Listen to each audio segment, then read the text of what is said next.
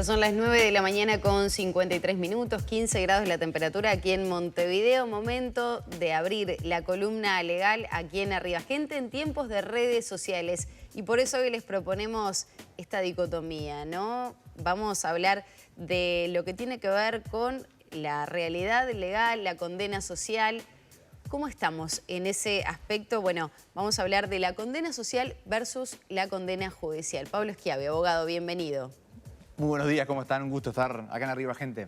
Bueno, ¿en qué estamos respecto a esta realidad cuando uno abre las redes sociales? En algunas de ellas ve acusaciones, ve violencia, ve señalamientos, ve difamación, y también ha servido ese como un mecanismo para realizar denuncias que han llevado a derivaciones judiciales, ¿no? ¿Dónde está esa franja, ese límite?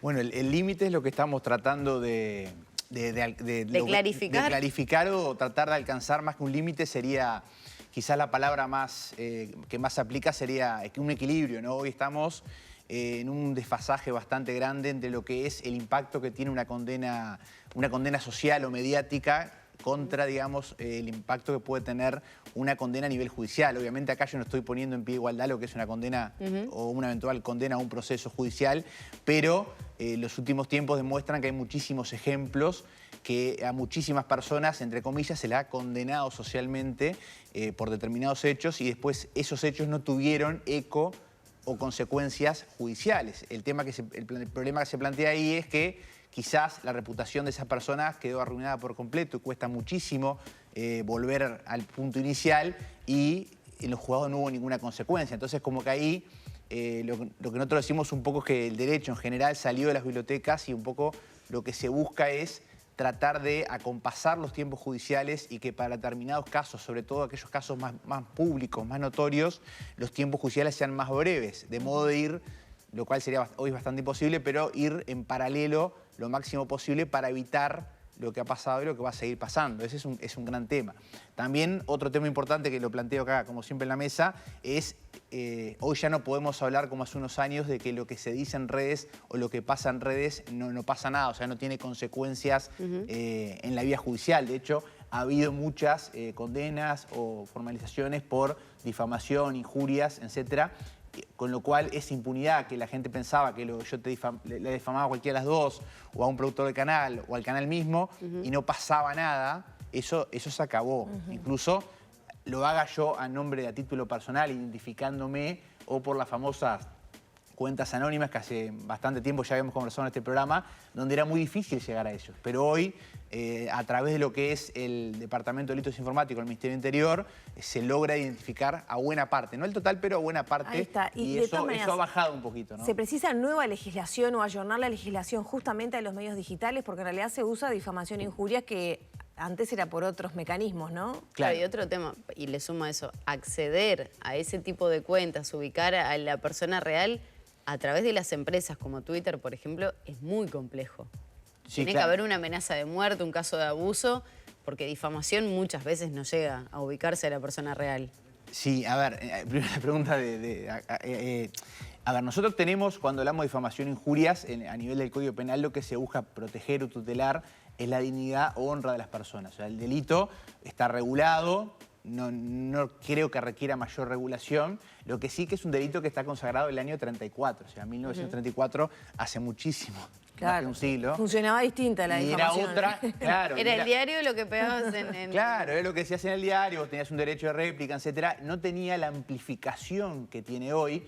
Entonces yo lo que sí, hace tiempo que venimos proponiendo es que el delito quede como está, lo que sí, que se regule en ese mismo delito un agravante de lo que yo digo en redes. Obviamente yo no puedo decir que es lo mismo una difamación que yo hago hoy en redes o en Twitter, que automáticamente aparte se viraliza y tiene un impacto enorme en esa persona o en lo que hace o en su familia, etcétera, con lo que se decía hace más de 100 años. Entonces ahí creo que está el tema y creo que eso obviamente tendría como un mensaje, bueno, bárbaro, no podemos hoy decir que es lo mismo difamar hoy que difamar hace 100 años. Y ahí está un poco lo que venimos a hablar. Acá todo lo que está en juego es lo que hoy se conoce como reputación online que nosotros tenemos, que es lo que arroja Google, y eso no solo abarca a las personas físicas como somos nosotros, sino también a muchas empresas, que a veces se ven en campañas de difamación y cuesta y se trabaja mucho en eso para tratar de reconstruir, digamos, un prestigio, una reputación que ha sido a veces dañada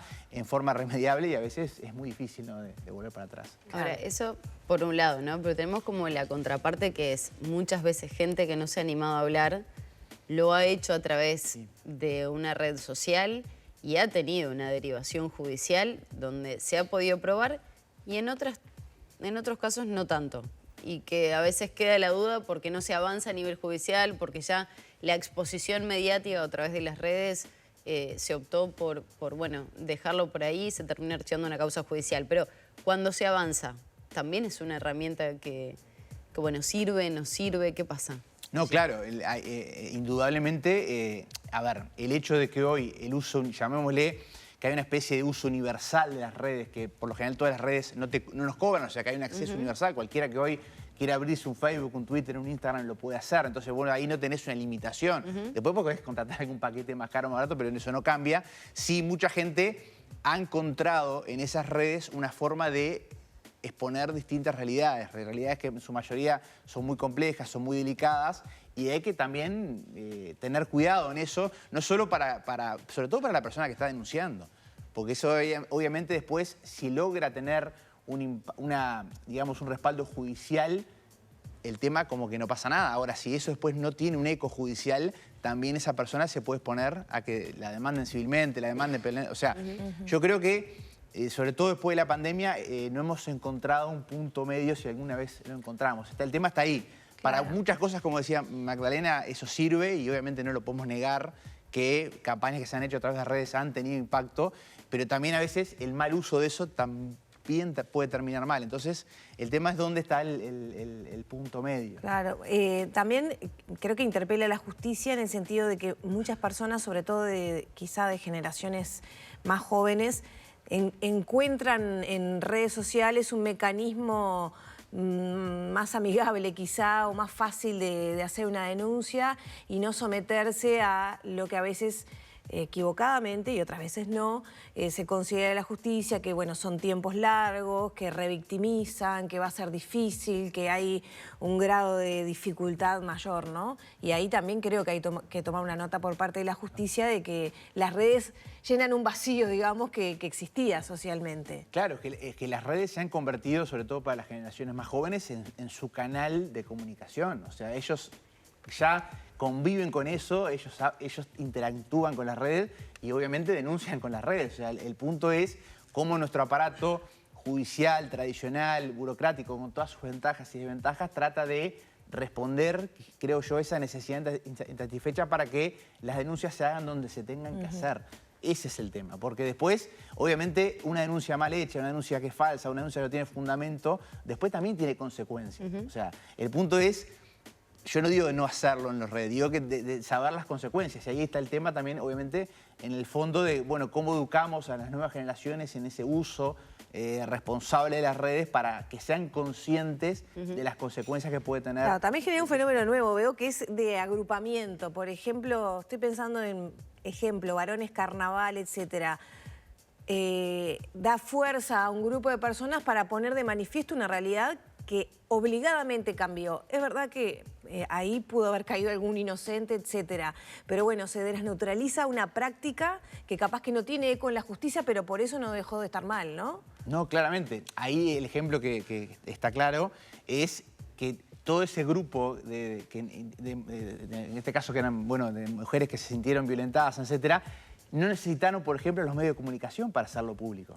Porque hoy las redes te permiten denunciar distintas situaciones de todo tipo, o sea, temas de violencia, temas ambientales, que ahora estamos con todo el tema de o sea, sin necesidad de pasar por los medios. O sea, el carácter tradicional del medio de comunicación, que era un intermediario, digamos, entre lo que pasa y el público en general, ese ejemplo que vos planteás demuestra que no se necesitó y que después los medios se terminaron haciendo eco de las redes, de lo que decían las redes. O sea, ahí te das cuenta que la potencia que tiene a veces nosotros no la no la terminamos de valorar del todo. Y hay muchísimos ejemplos de todas las áreas, de violencia, de ambientales, de cultura en general, deportivas, bueno, el tema de la violencia en el deporte, que han tenido eco en redes y después los medios es que levantan eso que está pasando en ese bueno, los casos de amenaza de muerte, videos que han circulado que después tienen derivaciones. Exacto. Ahora, pensando desde el otro lado, ¿no? Desde el lado de la difamación, por ejemplo, ¿cómo son los procesos? ¿Qué tiene que hacer una persona que se siente difamada? ¿Qué consecuencias puede tener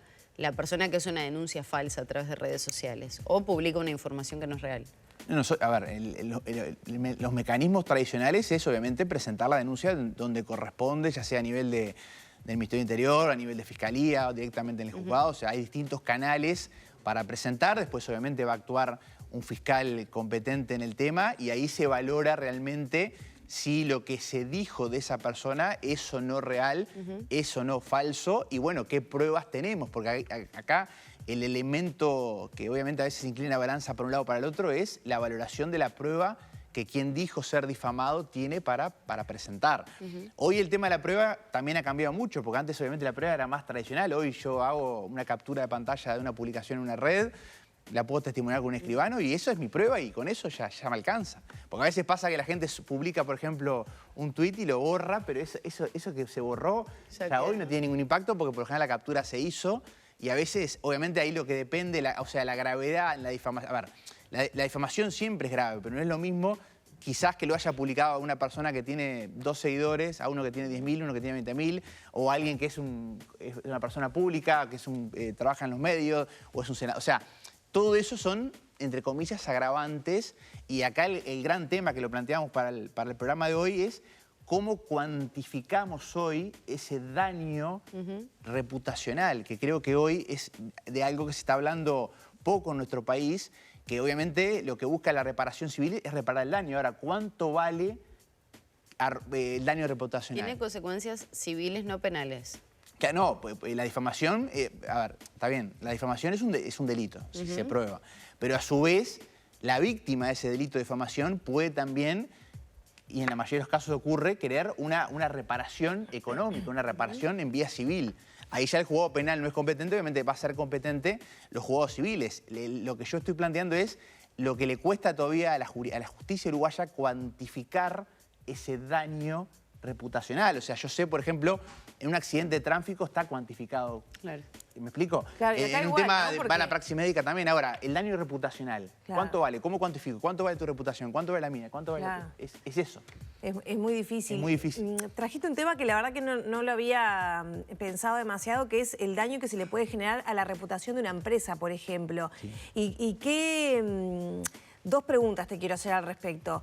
¿Cuánto hay de orquestado en eso, de los troll bots contratados quizá por la competencia, se me ocurre pensar, para generar esas campañas de difamación?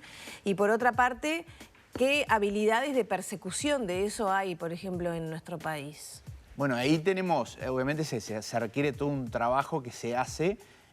Hoy cada vez son más fáciles de identificar esas campañas. Obviamente tenés que contar con herramientas tecnológicas, jurídicas, pero se hace. Antes era mucho más difícil. O sea, hoy se puede demostrar que hubo una campaña de desprestigio, por ejemplo, contra una empresa, contra algún producto. O sea, yo digo tal... ¿Te ha tocado defender, por ejemplo? Sí, claro. O sea, pero por ejemplo, hoy que estamos en una crisis sanitaria a nivel del agua, donde yo diga, por ejemplo, que tal empresa le está poniendo tal componente al agua, ya con eso ya genero en un segundo. O sea, a ver, lo que quiero que veamos acá es cómo en un segundo vos publicando algo, y eso se viraliza en ese concepto médico, digamos, el daño que le puede generar a la empresa. Entonces ahí la empresa está obligada primero a desmentirlo, a comunicarlo públicamente y después a entablar las acciones tanto legales como penales, como empresa, no como persona, para obviamente restablecer la situación. Porque obviamente a nivel empresarial o corporativo, que yo dañe el prestigio, por ejemplo, de un banco, de un prestador de salud, de una compañía de agua hoy, es muy difícil después que el público, que el consumidor, porque todos somos consumidores, retomen la confianza. O sea, que vos vas a tomar esa agua, que vos vuelvas a ir a ese banco, que vos te vuelvas a atender en esa mutualista. Fíjate las dimensiones que tiene todo eso, ¿no? Y Pablo, me haces pensar, por ejemplo, en lo que pasó ayer con ese recurso de amparo presentado a OCE, ¿no? Por el tema de la calidad del agua. ¿podría ser un caso similar? Es decir, que si esto podría terminar, por ejemplo, en que OCE demande a este grupo de personas. Bueno, en principio, la acción de amparo, yo creo que es más bien un tema de información pública que a veces se canaliza por amparo, porque el amparo lo que tiene es que es mucho más rápido, pero el amparo es un mecanismo sumamente excepcional. Se podría haber hecho también por información pública, lo que tiene que ahí que tarda más, Claro. porque se piden 20 días hábiles, si después el amparo lo conseguís en 3-4 días.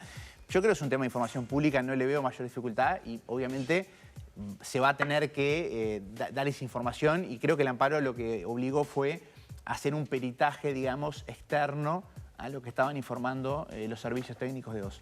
Creo que va por ahí, pero creo que, a ver, en estos temas, como pasó en la pandemia, cuando más información pública haya sobre la mesa, creo que arroja mayor tranquilidad para todos, por más que la información no sea la que queramos todos escuchar o queramos decir que las reservas dan para salir. O sea, yo creo que por más que sea dura, lo importante es que cuanto más información pública haya sobre la mesa, es mejor, siempre, Hoy ¿no? quedó colgada la pregunta que le había complementado con la de Lore, pero creo que amerita también por lo menos unos segundos. Respecto al acceso que se puede tener a esos usuarios que hacen las difamaciones, por ejemplo, a través de redes sociales. ¿Es complicado llegar? Sobre todo por las políticas de privacidad que muchas veces tienen las empresas. A nivel de la difamación, capaz que si una amenaza, abuso, pornografía infantil, eso siempre es más ágil, Sí. o por lo menos se habilita. Pero después Twitter, por ejemplo, es muy cerrado. Bueno, a esos temas. ahí tenemos dos vías. O sea, si quien te difamó lo hizo en una red social con nombre y apellido, ahí es plenamente identificable y vos lo denunciás con nombre y apellido. En caso de que sea una cuenta anónima, un bot o lo que sea, ahí se presenta denuncia en delitos informáticos y bueno, es tarea de delitos informáticos identificar, que hoy cuenta con las herramientas, sobre todo si fue en territorio nacional, quién está detrás de esa cuenta, y por lo general los han encontrado o los están encontrando. O sea, acá es todo. Acá la clave en estos temas para identificar esos usuarios no identificados es tener la tecnología de punta que te permita llegar, porque desde el celular, hay muchas cosas que te pueden identificar de dónde se publicó eso a través, sobre todo, de los celulares y toda la información que tenemos, ¿no? Muy bien, Pablo, muchas gracias por gracias esta a ustedes. interesantísima columna legal, hablando un poco de esos límites, ¿no?